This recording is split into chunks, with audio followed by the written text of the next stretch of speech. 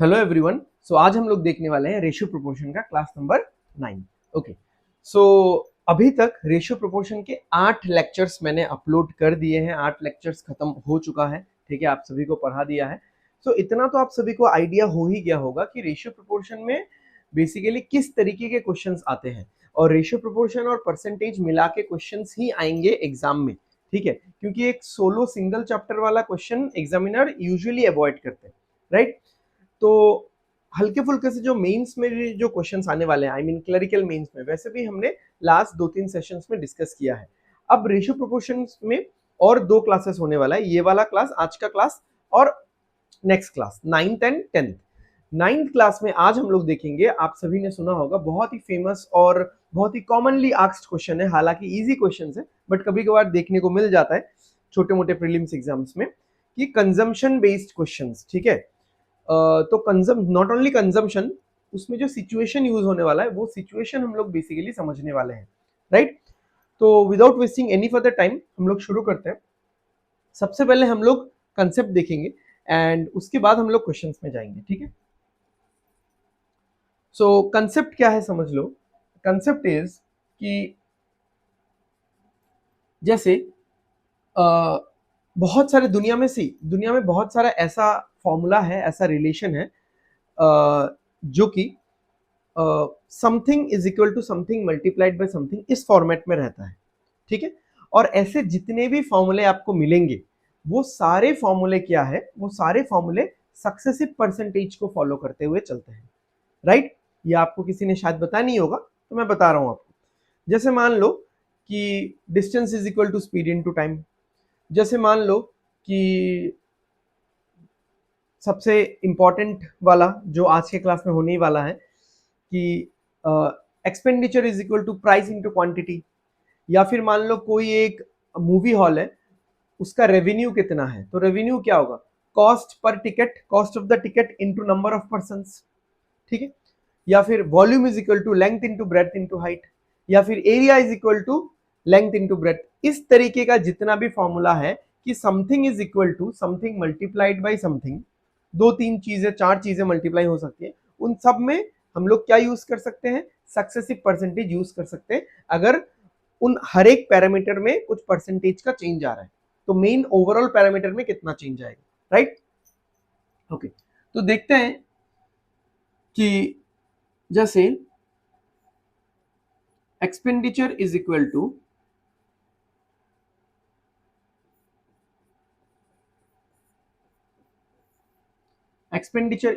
Price into quantity है, ठीक है। Expenditure is equal to price into quantity है। तो अभी मान लो कि मैं बोलता हूं कि प्राइस 20% इंक्रीज हो गया, ठीक है, ये हो गया इंक्रीज का सिंबल, और जो क्वांटिटी है वो 10% इंक्रीज हो गया, ठीक है, समझ में आ गया।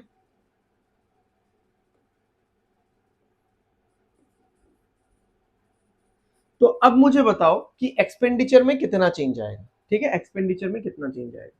तो आप लोग ऐसा लिख सकते हो कि प्राइस में कितना चेंज आ रहा है, देख लेते हैं एक बार। प्राइस 20% इंक्रीज हो रहा है। 20% इंक्रीज होने का मतलब क्या है, 1/5, यानी 5 पे 1 इंक्रीज हो रहा है। तो 5:6 परसेंटेज में तो बताया ही था कि हम लोग ऐसा इसको लिख सकते हैं। एक्चुअली ये सारी चीजें परसेंटेज में पढ़ाई जानी चाहिए थी, बट मैंने इंटेंशनली नहीं पढ़ा है क्योंकि उसमें रेशियो भी इन्वॉल्व हो जाता है। ओके, नेक्स्ट, क्वांटिटी 10% इंक्रीज है, तो 1/10 यानी 10:11 लिख सकते हैं इसको हम लोग। अब अगर मैं इन दोनों को मल्टीप्लाई करता हूं, तो ऑब्वियस सा बात है, मुझे एक्सपेंडिचर मिलेगा, क्योंकि प्राइस इंटू क्वांटिटी क्या होता है भाई, प्राइस इंटू क्वांटिटी होता है एक्सपेंडिचर, राइट। तो अब मुझे पता चल जाएगा कि एक्सपेंडिचर कितना इंक्रीज हो रहा है, तो ये हो गया 50 और ये हो गया 66। तो आप देखो कि एक्सपेंडिचर कितना इंक्रीज हुआ है, एक्सपेंडिचर 16 इंक्रीज हुआ है। कितना इंक्रीज हुआ भाई लोग, 16 इंक्रीज हुआ है। अब अगर मैं परसेंटेज चेंज निकालना चाहूं कि परसेंटेज कितना इंक्रीज हुआ है, तो मैं बोलूंगा 16 इंक्रीज हुआ आउट ऑफ 50 इंटू 100। तो अगर मैं 50 से काट दूं इस चीज को तो 2 आएगा, तो आंसर कितना आ रहा है, 32% इंक्रीज आ रहा है। राइट। तो अब देखो, अब आप में से बहुत लोग ऐसा बोलोगे कि सर अगर ये 20 और 10 सक्सेसिव परसेंटेज ही फॉलो कर रहा है तो हम लोग क्यों ना उसको x plus y plus x y by 100 से कर लेते हैं। हाँ कर सकते हैं, कोई इशू नहीं है, बट मैं आप स्टार्टिंग से देख रहे हो मैं इस मेथड को थोड़ा सा फॉलो करता हूँ, थोड़ा सा मैं इस मेथड की तरफ इंक्लाइंड इसलिए हूँ क्योंकि क्या पता कब आपके सामने थोड़े टिपिकल परसेंटेजेस आ जाए, डेसिमल वाले मिक्स फ्रैक्शन वाले परसेंटेजेस आ जाए, तब तो हम लोग x plus y plus x y by 100 use नहीं कर सकते ना, इसीलिए। अच्छा, और कौन कौन से रिलेशन है वो रिलेशन मैं यहाँ पे लिख देता हूँ। जैसे distance is equal to speed into time, इसमें भी आप यूज कर सकते हो। फिर जैसे टोटल रेवेन्यू किसी मूवी हॉल का कितना है, cost per ticket into number of persons. फिर area, area is equal to length into breadth, इसमें भी यूज हो सकता है। फिर volume, volume is equal to LBH, हम लोग बचपन से सुनते आ रहे हैं, length into breadth into height.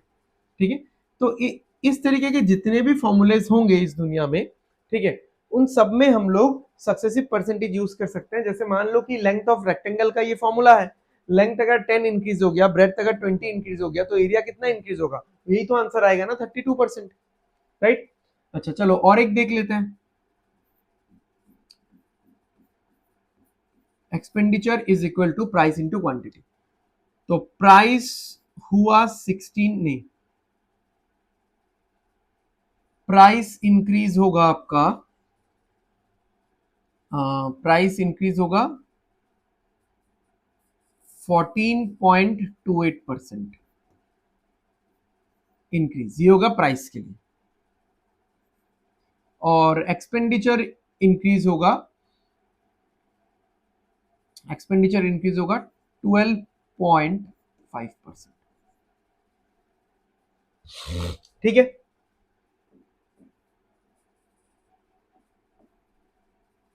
चलो तो करो, आप लोग करो, ऐसे करके करने की कोशिश करो, इसको क्या आ रहा है फटाफट करो।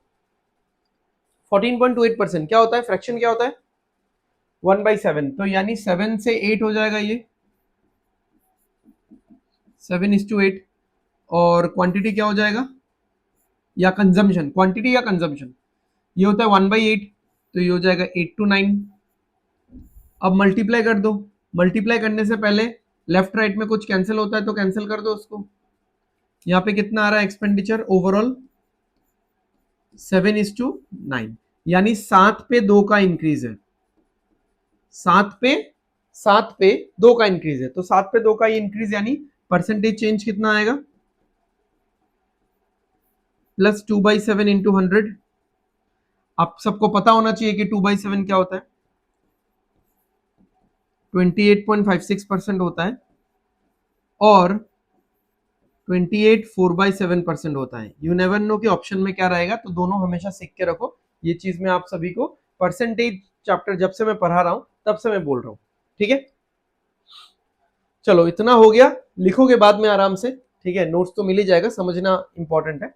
चलो अभी हम लोग धीरे धीरे, अच्छा ये मैंने एक्स्ट्रा छोड़ा हुआ था पेज, अभी हम लोग धीरे धीरे क्वेश्चंस पे चलते हैं, ठीक है। देखो एक मिनट है, कोई कॉल कर रहा है शायद,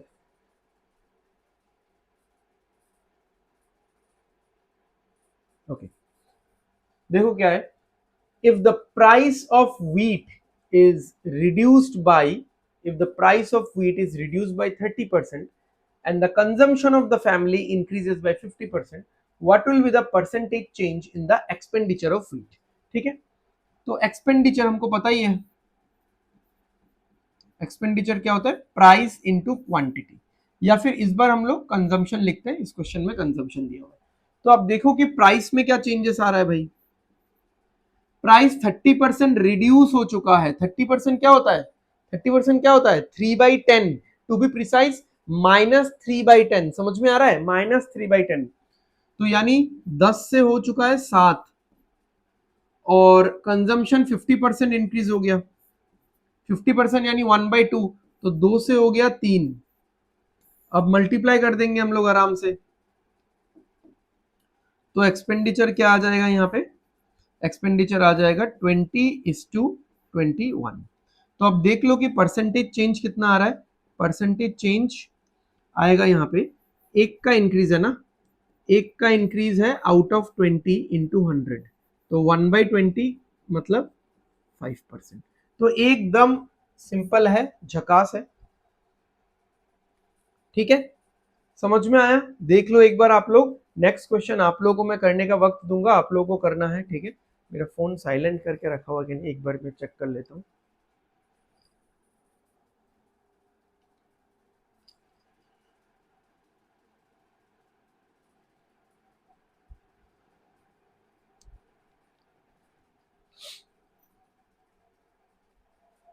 चलो सही है, हो गया, सिंपल है एकदम। नेक्स्ट क्वेश्चन करो।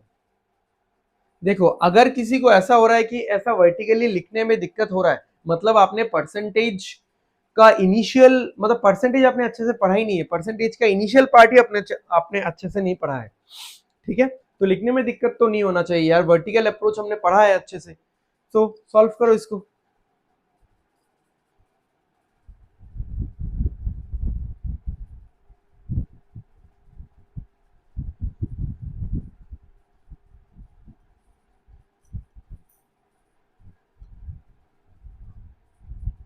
ये क्वेश्चन थोड़ा सा अलग है पिछले वाले से। अब देखो यहाँ पे क्या है, if the price of sugar increases by 20%, by how much percentage should a family reduce its consumption so that the expenditure on sugar remain unchanged? अब यहाँ पे क्या हो रहा है, देखो हमको पता है कि एक्सपेंडिचर क्या होता है, प्राइस इंटू कंजम्पशन। ठीक है, अब यहाँ पे प्राइस के बारे में दिया हुआ है, एक्सपेंडिचर के बारे में भी दिया हुआ है, और कंजम्पशन मिसिंग है। यूजुअली ऐसा होना नहीं चाहिए था। यूजुअली क्या होता है कि प्राइस और कंजम्पशन ऊपर नीचे होता है, ठीक है, जो भी है, दोनों इंक्रीज होता है, दोनों डिक्रीज होता है, या एक इंक्रीज एक डिक्रीज होता है। एंड हमको निकालने बोलता है कि इसका इसका असर, इसका इफेक्ट एक्सपेंडिचर पे क्या आएगा। इस बार बोल दिया गया है कि प्राइस कुछ ना कुछ चेंज हो रहा है और एक्सपेंडिचर चेंज नहीं हो रहा है, यानी ये जो प्राइस है ये जिस हिसाब से चेंज हो रहा है, कंजम्पशन भी उसी हिसाब से चेंज हो रहा है। अब बच्चे यहाँ पे क्या करते हैं पता है, वो लोग ऐसा सोचते हैं, ऐसा सोचना तो नहीं चाहिए क्योंकि परसेंटेज चैप्टर कवर हो चुका है एंड आपको पता है कि successive percentage normal plus minus को फॉलो नहीं करता है। तो अगर अगर एक्सपेंडिचर में चेंज 0% है, तो ऐसा थोड़ी ना है कि प्राइस अगर +20 है तो ये -20 होगा। 20 - 20 इज 0। आपको पता है कि सक्सेसिव परसेंटेज में नॉर्मल प्लस माइनस फॉलो नहीं होता है। तो ये अगर 20% इंक्रीज हो रहा है, जरूरी थोड़ी है कि ये भी 20% डिक्रीज होगा। हाँ, प्राइस जिस रेशियो से चेंज आ रहा है उसका उल्टा रेशियो से ही इसका चेंज आएगा, ये आप बोल सकते हो, इतना आप बोल सकते हो। चलो देखते हैं आराम से। हाँ, अब इस टाइप के क्वेश्चन को कैसे करते हैं, देखो प्राइस 20% इंक्रीज हुआ, 20% आपको पता है 1/5 होता है, +1/5 तो 5 से 6 हो जाएगा। कंजम्पशन मुझे पता ही नहीं है क्या होगा, तो कंजम्पशन x/y में लिख देता हूं। ठीक है, मुझे पता नहीं ना कि कंजम्पशन क्या होगा। दोनों को मल्टीप्लाई करने पे एक्सपेंडिचर आता है। अब आप मुझे खुद बताओ कि अगर प्राइस इंटू कंजम्पशन करने पे एक्सपेंडिचर आता है, तो अगर मुझे कंजम्पशन निकालना है तो मैं एक्सपेंडिचर बाई प्राइस करूंगा कि नहीं करूंगा? जरूर करूंगा, यही करना है मुझे। तो मुझे अगर कंजम्पशन निकालना है, अच्छा पहले मैं एक्सपेंडिचर का रेशियो लिख देता हूं, क्योंकि बोला है एक्सपेंडिचर रिमेन्स अनचेंज्ड। जो एक्सपेंडिचर है ना, जो एक्सपेंडिचर है ना, वो क्या हो जाता है, वो अनचेंज्ड रह जाता है, वो चेंज ही नहीं होता। तो उसका रेशियो क्या होगा, पहले वाला और दूसरे वाले का, ओल्ड और न्यू का 1:1 ही होगा। Right, okay. अब देखो अगर आपको ये कंजम्पशन निकालना है, अगर आपको इसका वैल्यू चाहिए, अगर आपको इसका वैल्यू चाहिए, सिंपल है, एक्स का वैल्यू क्या होगा, एक्सपेंडिचर बाई प्राइस, यानी 1/5 होगा, इस टू वाई का वैल्यू क्या होगा, 1/6 होगा। अब ऐसे करके कभी देखा है क्या हमने, ऐसे करके हम लोग कभी भी रेशियो को रखते हैं, नहीं रखते हैं। अब मैं आपको एक एग्जांपल देता हूं कि अगर आपके सामने ऐसा कोई रेशियो है 1/2:1/3:1/4, इसको आप क्या करोगे, सुंदर बनाने के लिए, ढंग का बनाने के लिए क्या करोगे, इंटू करोगे। किससे इंटू करोगे, इन सबके एलसीएम से इंटू करोगे। तो 2, 3 और 4 से कटने वाला ऐसा सबसे छोटा नंबर कौन सा है? वैसे तो आप किसी भी नंबर से मल्टीप्लाई कर सकते हो, ठीक है, वैसे तो आप किसी भी नंबर से जो इन तीनों से करता है मल्टीप्लाई कर सकते हो, बट यूजुअली हम लोग एलसीएम से करते हैं सो दैट कैलकुलेशन बड़ा ना हो। 12 इंटू हाफ 6 आ जाएगा, 12 इंटू 4 3 4 आ जाएगा, 12 इंटू 1/4 3 आ जाएगा, ये आंसर है। अच्छा, अब ऐसे केस में यहाँ पे भी हम लोग एलसीएम से मल्टीप्लाई करेंगे। एलसीएम क्या हो जाएगा 5 और 6 का 30 हो जाएगा। बट एक चीज ध्यान रखो, जब दो नंबर हमारे पास होते हैं, जब दो ही रेशियो होते हैं, एलसीएम वगैरह का कुछ जरूरत ही नहीं है, आप सीधा क्रिस क्रॉस कर दो इसको, तो ये 6:5 हो जाएगा। तो यानी कंजम्पशन पहले कितना था 6 था, अब कितना है 5 है। तो व्हाट इज द चेंज, 1 का चेंज आया। परसेंटेज में कितना चेंज आएगा भाई, 1 का चेंज आएगा out of 6 into 100। And I hope कि आप सब लोग इतना अच्छे से प्रिपेयर तो कर रहे होंगे कि आपको 1/6 का परसेंटेज पता होगा। तो दैट इज 16.66 या 67%। ठीक है, समझ में आया? चलो आगे बढ़ते हैं। कुछ लिखने का तो जरूरत नहीं है। मैंने दो क्वेश्चन दिखाया और उसमें दो थोड़ा सा वेराइटी बता दिया कि इन दोनों को मल्टीप्लाई करके ये निकाल सकते हो, या बीच में से कोई मिसिंग रहे तो expenditure divided by the other one आप करके जो मिसिंग वाला है वो निकाल सकते हो। चलो करो ये वाला आप लोग, ठीक है, फटाफट करो। हाँ फटाफट, लाइक 30 to 40 सेकेंड्स का ही मैं टाइम दूंगा। लास्ट क्लास में मैंने क्वेश्चंस में बहुत सारा आप लोगों को टाइम दिया था, बट इस बार आप लोगों को ज्यादा टाइम नहीं मिलने वाला।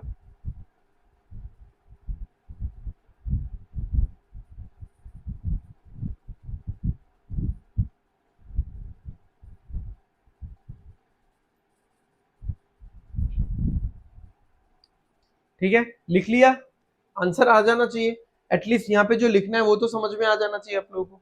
देखो, the combined income of A village increases by 50%, यानी पूरे विलेज का जो कंबाइंड इनकम है वो इंक्रीज हो गया 50% से। समझ में आ रहा है? अच्छा, एंड द पर कैपिटा इनकम, एक एक इंसान का पर capita income of the village increases by 12.5%। At the same time what was the percentage change in the population of the village. तो सिंपल सा यहाँ पे एक फंडा आएगा। देखो मैंने बोला था ना, दुनिया में ऐसा जितना भी सिचुएशन, ऐसा जितना भी फॉर्मूला है जिसमें something is equal to something into something होता है, उन सब में सक्सेसिव परसेंटेज यूज होगा। अब कुछ फॉर्मूले तो हमको बचपन से पहले से पता है, और कुछ एब्स्ट्रैक्ट सिचुएशंस है, आपको सिचुएशन के साथ डील करना पड़ेगा। जैसे अगर मैं बोलता हूं कि टोटल इनकम होगा पर कैपिटा इनकम, यानी हर एक इंसान का income into number of person, यही होगा एक स्टैंडर्ड जैसा फॉर्मूला अगर मैं बनाना चाहूं या लिखना चाहूं तो। देख लो, total income is equal to per capita income into number of person. अच्छा, देखते हैं अभी क्या है। टोटल है हमारे पास, पर कैपिटा इनकम भी है, नंबर ऑफ पर्सन मिसिंग है। अब ये वाला मिसिंग है तो इसको कैसे निकालेंगे, टोटल इनकम डिवाइडेड बाय पर कैपिटा इनकम कर लेंगे तो नंबर ऑफ पर्संस निकल जाएगा। ठीक है, तो टोटल इनकम कितना है देखते हैं। टोटल इनकम का रेशियो देखो, किसी का भी देख लो रेशियो, कोई इशू नहीं है। टोटल इनकम का रेशियो 50% इंक्रीज हुआ है ना, यानी 2:3 हुआ है। पर कैपिटा इनकम देख लो, इस बार मैं थोड़ा सा अलग से कर रहा हूं। ठीक है, मैं अगर मुझे इससे इसको डिवाइड ही करना है तो पहले मैं ये लिखूंगा, फिर ये लिखूंगा और ये निकालूंगा। सिंपल सा है। यूजुअली तो हम लोग क्या करते हैं, ये वाला लिखते हैं, ये वाला लिखते हैं और मल्टीप्लाई करके ये निकालते हैं ना। इस बार मैं टोटल इनकम लिख रहा हूं।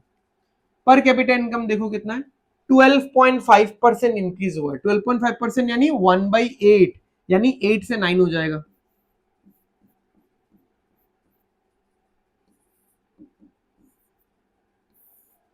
तो यहां पे इस बार मल्टीप्लाई नहीं करेंगे हम लोग, क्या करेंगे, डिवाइड।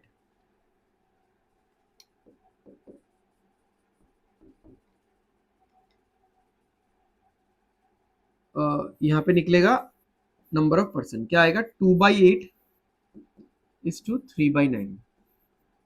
एक काम करते हैं, 9 को इधर मल्टीप्लाई कर देते हैं, 8 को इधर मल्टीप्लाई कर देते हैं। ठीक है, ये हो जाएगा 18:24। 2 से काटेंगे तो आएगा 9:12। अच्छा, 6 से कट जाएगा मेरे ख्याल से, 3:4 आ जाएगा। तो अगर ये 3:4 आ रहा है, यानी देखो तो कितना इंक्रीज हो रहा है, 1 का इंक्रीज है। और परसेंटेज वाइज कितना इंक्रीज है, एक का इंक्रीज है आउट ऑफ 3 इंटू 100, ठीक है। तो ये आ गया 33.33%, ठीक है, समझ में आ गया। वही चीज है, वही घिसा पिटा चीज है, वो कंटिन्यूअस होता जा रहा है, होता जा रहा है, ठीक है। चलो देख लो,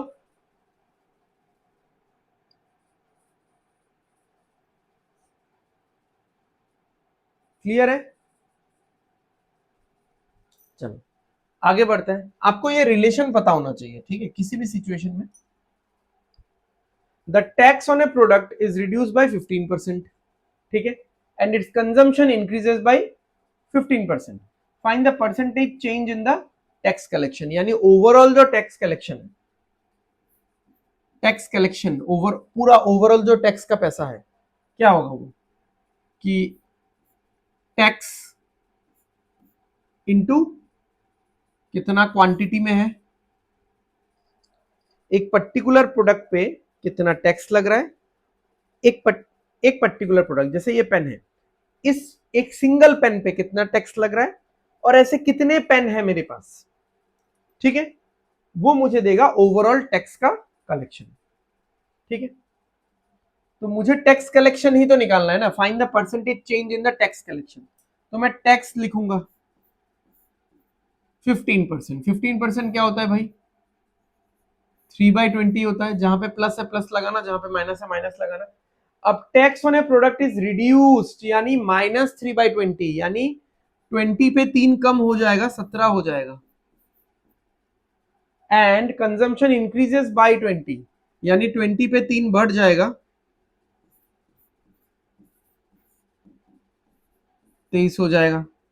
अब आप मल्टीप्लाई कर लो भाई, तो आपको टीसी मिल जाएगा, टैक्स कलेक्शन कितना होगा, यहाँ पे तो 400 हो जाएगा, यहाँ पे हो जाएगा ये 20 स्क्वायर माइनस 3 स्क्वायर 391 आ जाएगा। तो देख लो टैक्स कलेक्शन में कितने का चेंज आ रहा है, -9 डिक्रीज हो रहा है। तो परसेंटेज देखेंगे तो क्या आएगा, -9 आउट ऑफ 400 इंटू 100, तो 9/4 कितना हो जाएगा, -2.25%, ठीक है। तो 2.25% का क्या है, डिक्रीज है, दिख ही रहा है, डिक्रीज है, राइट। समझ में आया। तो एकदम सिंपल क्वेश्चन था, इसलिए मैंने रेडीली कर दिया, इतना आपको भी मौका नहीं दिया, ठीक है। चलो ये वाला आप लोग देखो, इसमें अभी थोड़ा सा वैल्यूज का इंट्रोडक्शन हुआ है, ठीक है, वैल्यूज इंक्लूड हुआ है यहाँ पे। देखो इसको करो, दिमाग लगाओ अपना।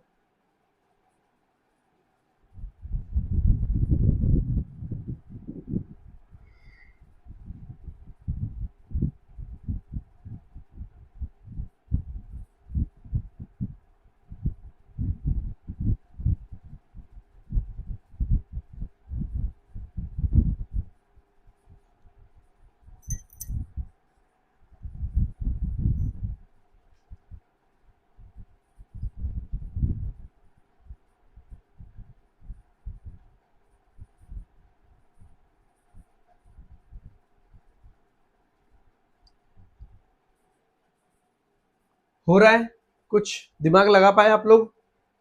Due to an increase in the price of the apples, 4 fewer apples are available for ₹240। जब भी ऐसा क्वेश्चन में रहेगा ₹4 200, ₹4 240, यानी पहले भी वो इंसान 240 का खरीदता था, अभी भी वो इंसान 240 का खरीदता है। ये कैसे पता चलेगा, देखो अगर, क्योंकि दाम बढ़ गया है, अगर वो 240 से कम में, और भी कम में देता तो उसको और भी कम पैसा मिलता, आई मीन और भी कम एप्पल्स मिलते। 240 से ज्यादा अगर वो लेता, ठीक है, तो शायद हाँ, जितना एप्पल्स है उतना ही मिल पाता था।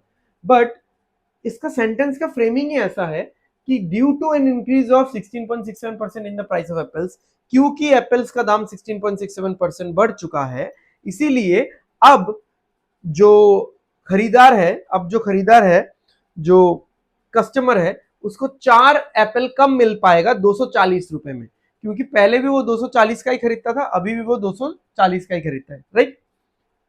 तो ये तो वही हो गया ना कि expenditure is equal to price into quantity ही हो गया ये। अच्छा, तो यानी एक्सपेंडिचर कांस्टेंट है, तो आप यहां पे देखो एक्सपेंडिचर अगर कांस्टेंट होता है, हमको पता है कि हम लोग ने पहले कैसे निकाला था ये। अभी मैं तरीका थोड़ा सा चेंज कर रहा हूं, समझने की कोशिश करो, ठीक है। धीरे धीरे मैं आपको इस लेवल तक लेके जाने की कोशिश कर रहा हूं, बट यहां से यहां तक आपको पेशेंस बनाए रखना पड़ेगा। एक्सपेंड प्राइस का रेशियो क्या है 6:7, क्योंकि इंक्रीज हो गया ना। 16.66 क्या होता है 1/6 प्लस 1/6 होता है। क्वांटिटी मुझे नहीं पता, एक्सपेंडिचर क्या होगा 1:1। तो अगर मुझे कोई क्वांटिटी लिखने को भी बोलेगा तो मैं क्या क्या लिखूंगा 1/6:1/7 इज इक्वल टू 7:6। अब देखो, जब मुझे पता ही है कि अगर एक्सपेंडिचर कांस्टेंट होगा, यानी जब जब एक्सपेंडिचर कांस्टेंट होगा, प्राइस का रेशियो और क्वांटिटी का रेशियो अदला बदली हो जाएगा, आई मीन रिवर्स चला जाएगा। तो मैं ये सब क्यों करूं, मैं सीधा लिखूंगा कि प्राइस का रेशियो है 6:7 और क्वांटिटी का रेशियो है 7:6। ठीक है, समझ में आ गया। यानी पहले अगर क्वांटिटी, ये ओल्ड है ये न्यू है, पहले अगर क्वांटिटी 7 यूनिट था, अब क्वांटिटी 6 यूनिट है। पहले अगर 7 यूनिट एप्पल मिलता था, अब 6 यूनिट एप्पल मिलता है, यानी अभी मुझे 1 यूनिट एप्पल कम मिलता है। बट यहां पे तो बोला है कि मुझे 4 एप्पल्स कम मिलता है, यानी 1 यूनिट का वैल्यू है 4। इस 1 यूनिट का वैल्यू क्या है भाई 4 है। 1 यूनिट का वैल्यू 4 है, तो 7 यूनिट का कितना होगा 28 होगा, 6 यूनिट का कितना होगा 24 होगा। यानी अभी कितना मिल रहा है उसको 24। क्यों अभी वाले वैल्यू पे मैं फोकस कर रहा हूं, क्योंकि बोला है what is the new price of a dozen apples. अभी देखो, अभी उसको 24 एप्पल्स मिल पाता है फॉर ₹240, और एक डोजन में तो 12 होता है, तो इसका आधा कर दो, 12 एप्पल्स मिल पाएगा, दाम भी आधा हो जाएगा 120 में, तो ये 120 होगा इसका आंसर। समझ में आ रहा है, प्राइस का रेशियो क्वांटिटी का रेशियो का उल्टा होता है। इसमें इतना हमको खास दिमाग लगाने का जरूरत ही नहीं था कि हम लोग ऐसे करेंगे, ये तो हमने सीखते टाइम ऐसा किया, सो दैट कोई भी एब्स्ट्रैक्ट सिचुएशन आ जाता है, नया फॉर्मूला आ जाता है, तो हम लोग इस तरीके से कर सकते हैं, राइट। समझ में आया, क्लियर है। तो क्वांटिटी का चेंज है 1 यूनिट, बट एक्चुअली 4 है, तो एक यूनिट का वैल्यू 4 है, तो 6 यूनिट का 24 है, 24 एप्पल 240 है, तो 12 एप्पल 120। ठीक है, next.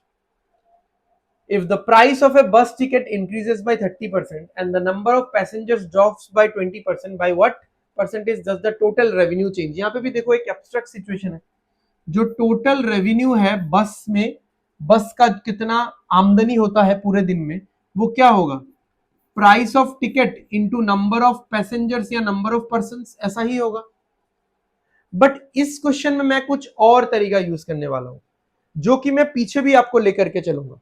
Now my point is, अगर परसेंटेज मेरे सामने इतना सिंपल सिंपल दे रखा है कि प्राइस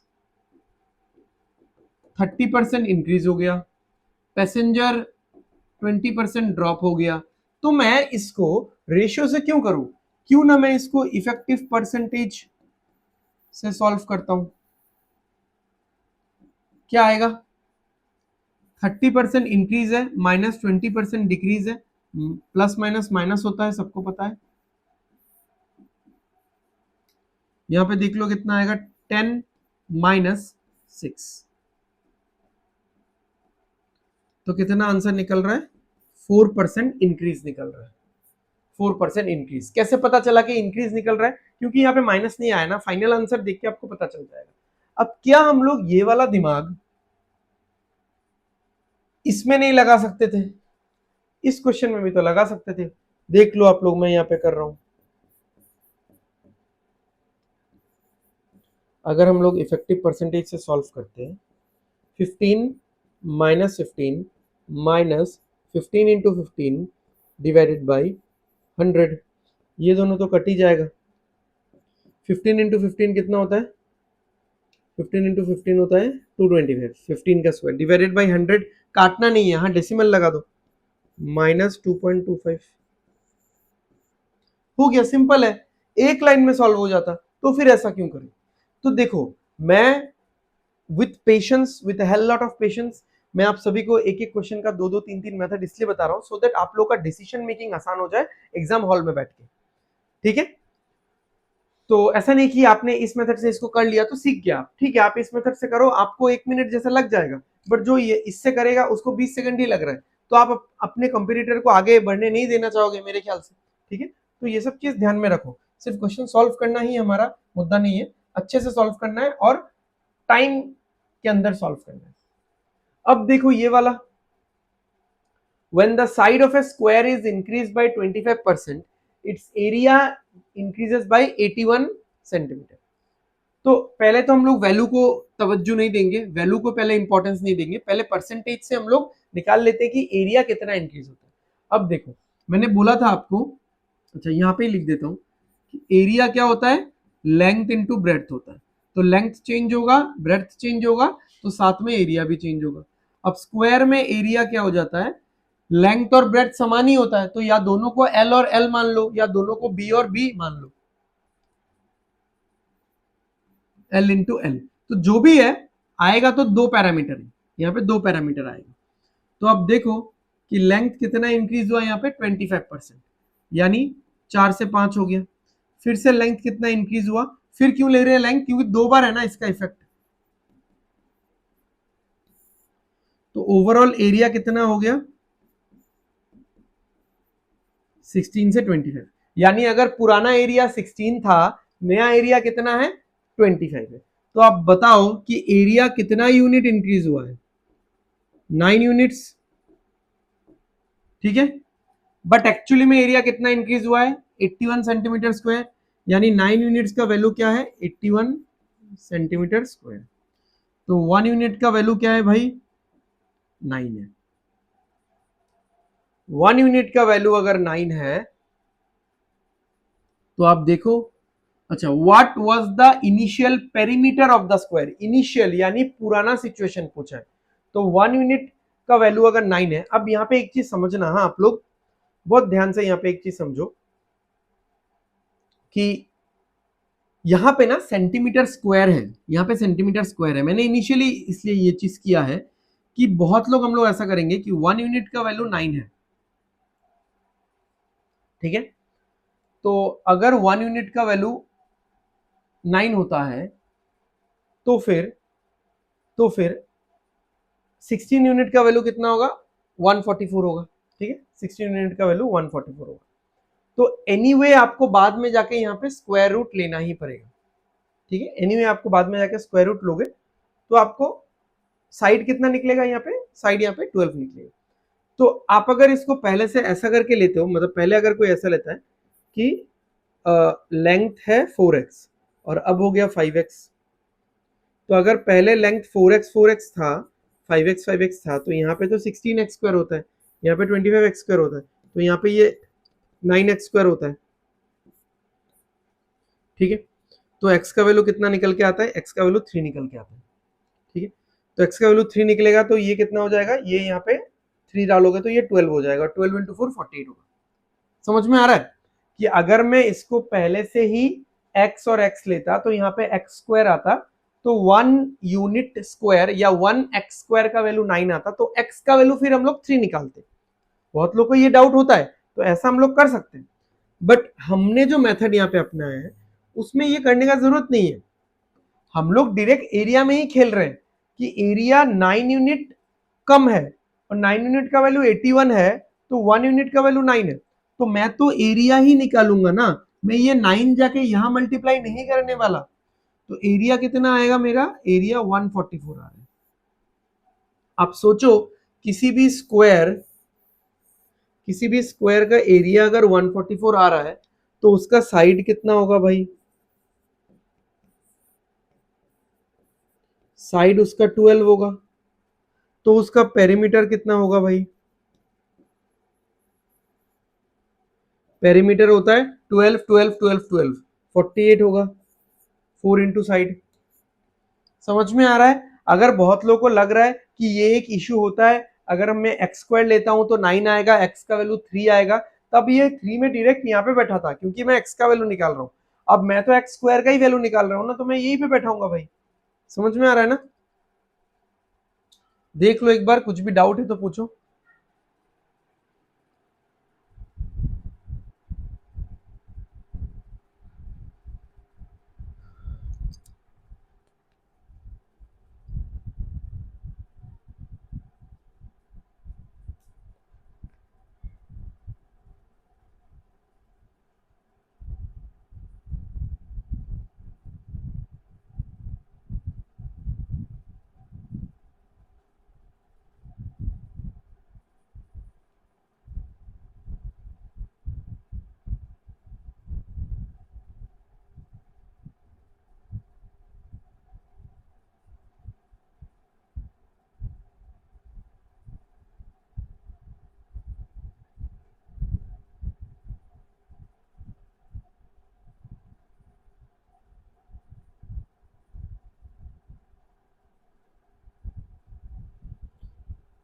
ठीक है, क्लियर है?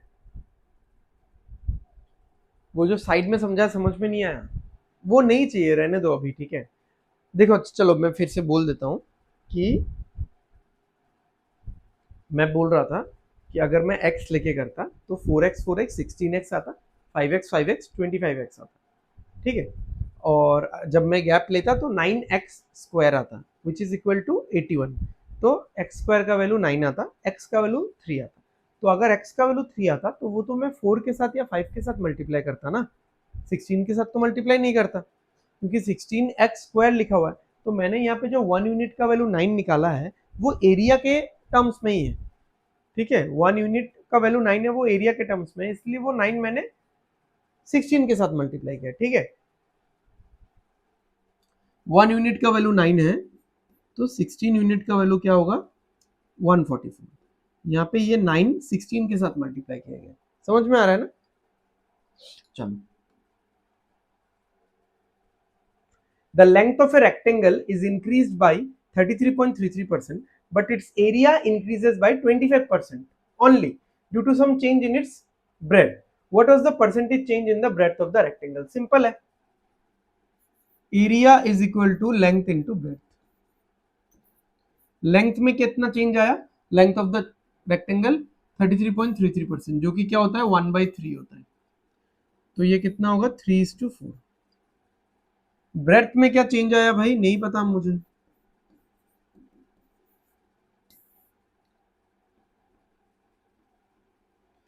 तो एरिया में कितना चेंज आया? एरिया में 25% का चेंज आया, यानी 4:5 इंक्रीज हो गया। तो ये तो आसानी से निकल जाएगा ना ये ब्रेथ। कैसे निकलेगा? 4/3 इज टू 5/4। तो 4 इधर चला जाएगा, 3 इधर चला जाएगा, तो 16:15। यानी कितने का चेंज आ रहा है देख लेते हैं। What is the percentage change? 1 का चेंज है, और परसेंटेज चेंज क्या है? +1/16 इंटू 100।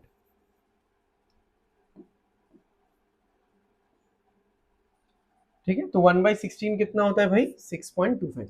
समझ में आया ना? देखो, अगर मैं यहाँ पे लिखता हूं, अगर मुझे ब्रेड्थ निकालना है तो मैं क्या करूंगा? एरिया बाय लेंथ करूंगा ना। अगर मुझे ब्रेड्थ निकालना है तो वही तो कहना, area by length, area by length, तो ब्रेड्थ निकला। सही है, सारा क्वेश्चन एक पैटर्न का लिया हुआ है। इस मतलब इस पैटर्न के क्वेश्चन में आपको मतलब एकदम आप लोग फाड़ू हो जाने चाहिए। A reservoir can supply water for 60 days, ये फिक्स है। रिजर्वर में 60 दिन का ही पानी रहेगा। लोग, कम लोग यहाँ पे रहने को आए, ज्यादा लोग रहने को आए, ठीक है, बट 60 दिन का पानी जमा रहेगा। ठीक है, 60 दिन के हिसाब से पानी जमा रहेगा। 60 दिन का हिसाब का कुछ पानी होगा ना, 60,000 लीटर, 1 लाख लीटर, तो 60 दिन के हिसाब का पानी जमा रहेगा। ठीक है, बट अगर लोग ज्यादा आ गए 60 दिन तो टिकेगा नहीं। ठीक है, लोग कम आ गए तो ज्यादा दिन टिक जाएगा, बट 60 दिन के हिसाब का पानी रहेगा। यानी water quantity is equal to consumption per day into number of days.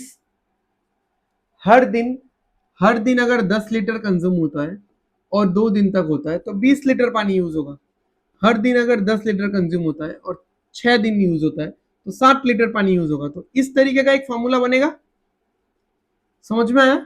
मैं फॉर्मूला लिख पाए कि नहीं सही से नहीं पता, बट समझा तो पाया होगा।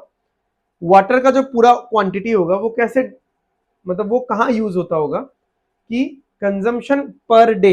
ठीक है, कंजम्पशन पर डे यानी हर दिन का जो एक कंजम्पशन होगा into number of days, into number of days ऐसे ही होता होगा, राइट।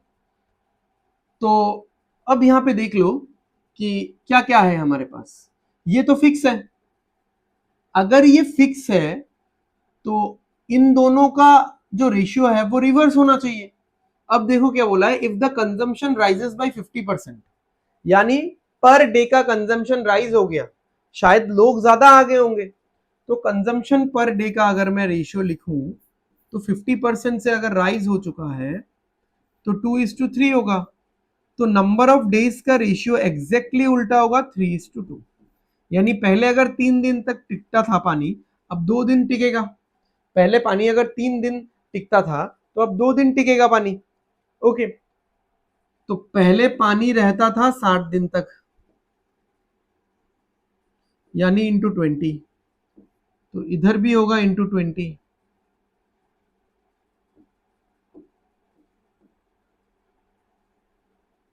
40 डेज। ठीक है, तो क्योंकि लोग थोड़े ज्यादा आ गए, 50% लोग ज्यादा आ गए, इसीलिए पर डे कंजम्पशन इंक्रीज हो चुका है। तो पानी कितना दिन रहेगा, कितना दिन इस पानी से हम लोग अपना गुजारा कर सकते हैं, वो घट जाएगा, वो रिड्यूस हो जाएगा, राइट। एब्स्ट्रैक्ट सिचुएशंस को समझ पा रहे हो? नया नया सिचुएशंस, फॉर्मूला उसी स्ट्रक्चर में यूज हो रहा है, something is equal to something into something, but situations नया नया आ रहा है। देखो, due to an increment of 25% in the price of eggs, a person can now purchase 12 fewer eggs for rupees 720। For rupees 720 पहले भी मैंने बताया था, फॉर रुपीज 240 आया था, यानी एक्सपेंडिचर कांस्टेंट है। और अगर एक्सपेंडिचर कांस्टेंट है यानी प्राइस का रेशियो और क्वांटिटी का रेशियो उल्टा होगा, रिवर्स होगा। तो प्राइस का रेशियो क्या है, 25%, यानी 4:5। तो क्वांटिटी का रेशियो क्या होगा भाई, 5:4 होगा। यानी पहले अगर वो 5 यूनिट खरीदता था, अब वो 4 यूनिट खरीदता है, यानी उसको 1 यूनिट कम मिल पाता है, 1 यूनिट कम मिलता है। बट यहां पे लिखा हुआ है उसको 12 कम मिलता है, तो 1 यूनिट का वैल्यू हो गया 12। तो 5 यूनिट का वैल्यू हो जाएगा 60, 4 यूनिट का वैल्यू हो जाएगा 48, 48। अच्छा, what was the initial price of 1 dozen of eggs, यानी पहले वो 60 खरीदता था। ठीक है, तो पहले वो 60 एग्स खरीदता था फॉर रुपीज 720। बट मुझे तो 1 डजन का निकालना है, 1 डजन यानी 12 एग्स। यानी आप क्या करो, इस साइड में ना 5 से डिवाइड कर दो, इस साइड 5 से डिवाइड कर दो, सेम चीज उस साइड कर दो, इसको भी आप क्या करो 5 से डिवाइड कर दो, कितना हो जाएगा 144 हो जाएगा। समझ में आ रहा है?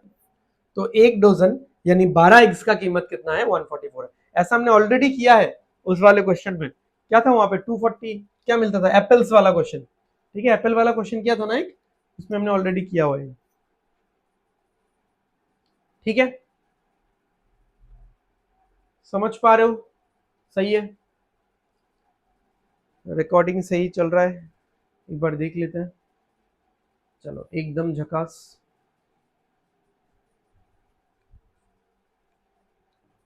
Next, an amusement park increased the ticket price by 22.5%, and as a result the number of visitors decreased by 14.28%. what was the percentage change in its revenue? फिर से रेवेन्यू वाला क्वेश्चन है। रेवेन्यू देखो, पार्क का revenue कैसे होगा, price of ticket या cost of ticket into number of person. तो प्राइस क्या हो रहा है 22.5%। 22.5% क्या होता है 9/40 होता है, ठीक है। सी 45% मुझे याद है, 45% इज 9/20, और क्योंकि 45 का आधा है ये, तो 22.5% क्या हो जाएगा 9/40, और ये इंक्रीज हो रहा है ना, यानी 40 से 49 हो रहा है, ठीक है। और लोग इसलिए कम आ रहे हैं क्योंकि दाम बढ़ा दिया इतना। तो 14.28% क्या होता है भाई, 14.28% होता है 1/7। मैं बार बार लिख रहा हूं, परसेंटेज का 14 क्लासेस खत्म हो गया, रेशियो का 9वां क्लास है, फिर भी मैं बार बार ये सब छोटे छोटे जो टिपिकल फ्रैक्शन है वो लिखते रहता हूं, सो दैट आप लोग याद करो, बट फिर भी आप लोग पढ़ते नहीं हो यार। 7:6 हो जाएगा, कुछ हल्का फुल्का सा कैंसिल आउट कर सकते हो, कोई इशू नहीं होने वाला है। 2 से काटेंगे तो 3 आएगा, 2 से काटेंगे तो 20 आएगा। तो देखो रेवेन्यू में क्या फर्क पड़ रहा है, ये 140 हो जाएगा और ये 147 हो जाएगा।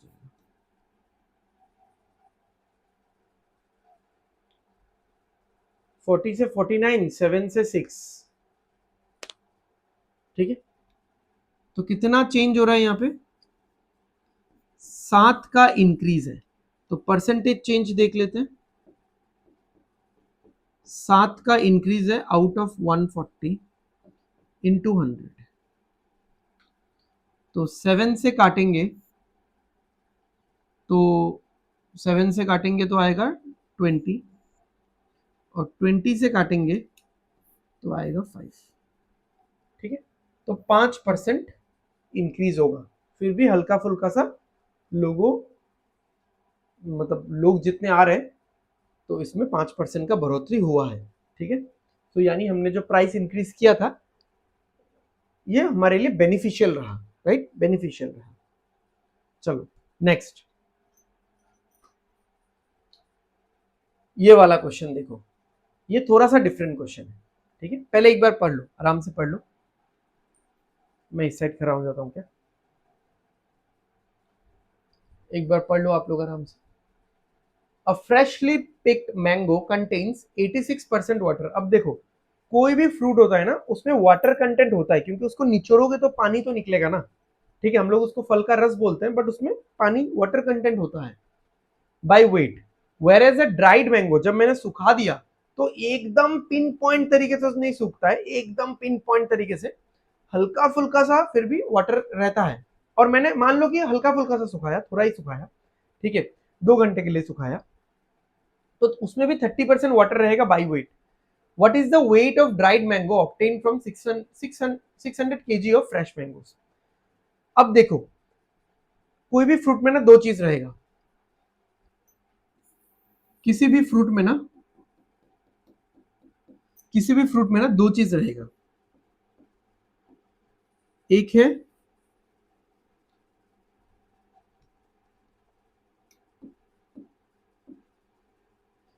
है वाटर, एक है पल्प।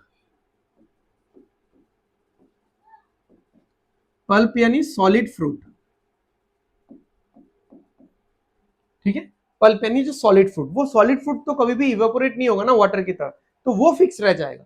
तो हमारा मेन पॉइंट है इसको टारगेट करना, इसको अटैक करेंगे हम लोग, क्योंकि फ्रेशली पिक्ड मैंगो में हम लोग पल्प का हिस्सा देखेंगे, और हल्के फुल्के से ड्राइड मैंगो में भी हम लोग पल्प का हिस्सा देखेंगे, और वो दोनों पल्प का जो क्वांटिटी है वो सेम होना चाहिए।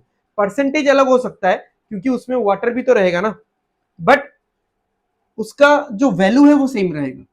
तो फ्रेशली पिक मैंगो में 86% वाटर है, यानी 14% of fresh mango, 14% of fresh mango is this pulp, और ड्राइड वाले में क्या होगा, 30% वाटर है यानी 70% of dried mango. Now this is pulp, इतना पल्प और यहाँ पे इतना पल्प है, तो आप F बाई डी का एक रेशियो निकाल लो, फ्रेशली पिक्ड और ड्राइड मैंगो का क्या आएगा रेशियो, 70/14। 7 से काटेंगे तो क्या आएगा, डायरेक्टली 14 से काट देंगे तो आएगा 5:1। तो अगर ये मैं 5 kg लेता हूं तो ड्राइड मैंगो उससे 1 kg निकलेगा। अगर मैं ये 10 kg लेता हूं तो ड्राइड मैंगो इससे 2 kg निकलेगा। तो मैंने फ्रेश मैंगो कितना लिया, 600। अगर मैं ये 600 kg लेता हूं तो ये कितना आएगा, तो यानी इंटू 12 और 0, यहाँ पे भी इंटू 12 और 0, तो कितना आएगा 120। ठीक है, समझ में आया, देख लो आप लोग एक बार।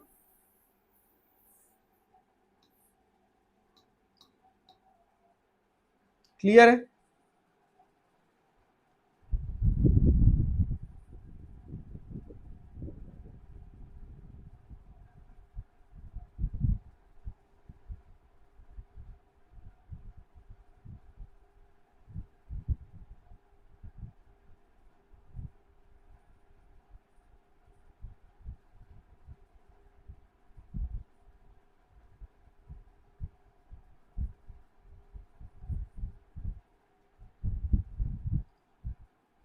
चलो नेक्स्ट क्वेश्चन में चलते हैं।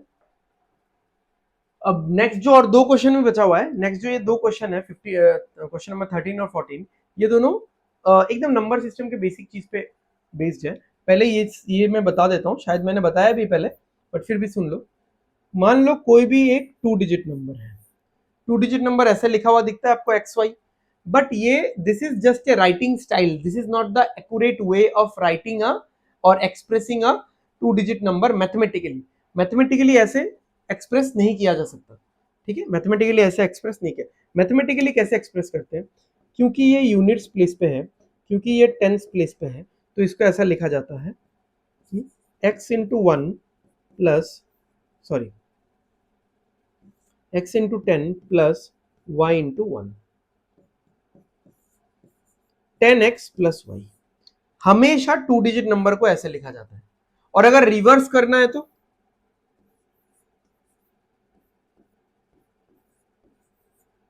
10y plus x।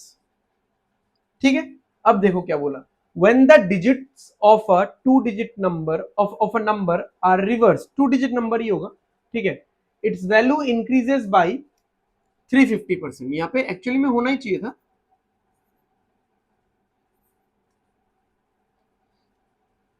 ठीक है, तो जो इट्स वैल्यू इंक्रीजेस बाय 350%, तो 350% क्या होता है, मैंने बताया था आप लोगों को 9/, चलो मैं बता ही देता हूँ, 9/4 नहीं सॉरी, ओवरऑल करने पे आएगा।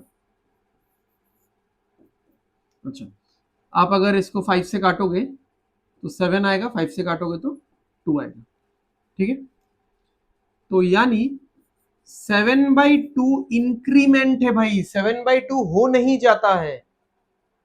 एक है कितना इंक्रीज हुआ और एक है कितना हो गया इंक्रीज होके, एक है कितना डिक्रीज हुआ और एक है कितना हो गया डिक्रीज होके। इतना इंक्रीज हो रहा है यानी 2 पे 7 इंक्रीज हो रहा है, तो 2 पे 7 इंक्रीज होके 9 हो जाएगा ना कोई भी चीज। यानी अगर मैं लिखूं कि न्यू नंबर और डिवाइडेड बाय ओल्ड नंबर, तो इसका रेशियो क्या आएगा, 9/2 आएगा। समझ में आ रहा है, नए नंबर पुराने नंबर से नया नंबर कितना ज्यादा है, इट इंक्रीजेस बाय 350%, यानी 2 पे 7 इंक्रीज हो गया, तो 2 तो हमारा बेस है ना, यानी ओल्ड नंबर हमारा बेस है, क्योंकि ओल्ड नंबर से इतना इंक्रीज हो गया है। तो न्यू नंबर क्या है, 10y प्लस एक्स, क्योंकि रिवर्स हो गया, ये हमारा ओरिजिनल है, ठीक है, ये वाला हमारा ओरिजिनल है। पुराना नंबर क्या है, 10x plus y is equal to 9/2। Multiply करो, 20y इधर होगा, 9y इधर होगा, तो 11y आ जाएगा। बच्चों की तरह मत करना, एक एक लाइन लिख लिख के, 2x इधर आएगा, 90x इधर आएगा, 88x हो जाएगा। तो आप x बाई वाई निकाल लो, इस y को इधर लेके जाओ, x बाई वाई, और 88 को इधर लेके आ जाओ। चलो आप लोग को अगर कंफ्यूजन हो रहा है तो जैसा है मैं ऐसे ही लिखूंगा, y को इधर लेके गया, 88 को नीचे लेके आया, तो x बाई वाई कितना हो रहा है, 1/8। अब एक चीज समझो, x और y तो डिजिट है ना, x और y तो डिजिट है, तो x और y का रेशियो अगर 1/8 है, एक्चुअली में x का वैल्यू ही 1 है और y का वैल्यू ही 8 है। अब बोलोगे सर कैसे हो सकता है, ये तो रेशियो है 1 और 8, ये 2 और ये 16 भी तो हो सकता है। चलो मान लिया x 2 हो सकता है, y 16 कैसे होगा भाई, 16 तो फिर नंबर हो गया एक, ये दोनों डिजिट ही होना चाहिए, तो x 1 होगा और y 8 होगा और हमारा नंबर है 18। अब क्या करना है, what will be the value of the number after N increase of 25%। 25% बढ़ाना है, किसी भी चीज को 25% इंक्रीज करने का मतलब क्या होता है, किसी भी चीज को 25% इंक्रीज करने का मतलब क्या होता है, उसका 5/4 टाइम्स करना। बताया था मैंने पहले बहुत बार, किसी भी चीज को 25% बढ़ाना मतलब उसको 5/4 टाइम्स करना। तो ये कितना होगा देखो, 90/4 हो जाएगा, तो 22.5 होगा इसका आंसर। ठीक है, 22.5 आया, समझ में आया, क्लियर है। तो कुछ नहीं करना है, न्यू नंबर और ओल्ड नंबर का आपको रेशियो लिख लेना है, बस खत्म है बात, सिंपल है। ठीक है, तो फटाफट आप लोग सॉल्व मैं करूंगा, आप लोग बस मुझे इक्वेशन बना के बताओ। A number when reverse is 75% more than the original by what percentage, वो निकालेंगे हम लोग बाद में, पहले वो इक्वेशन बना लो, फटाफट करो भाई।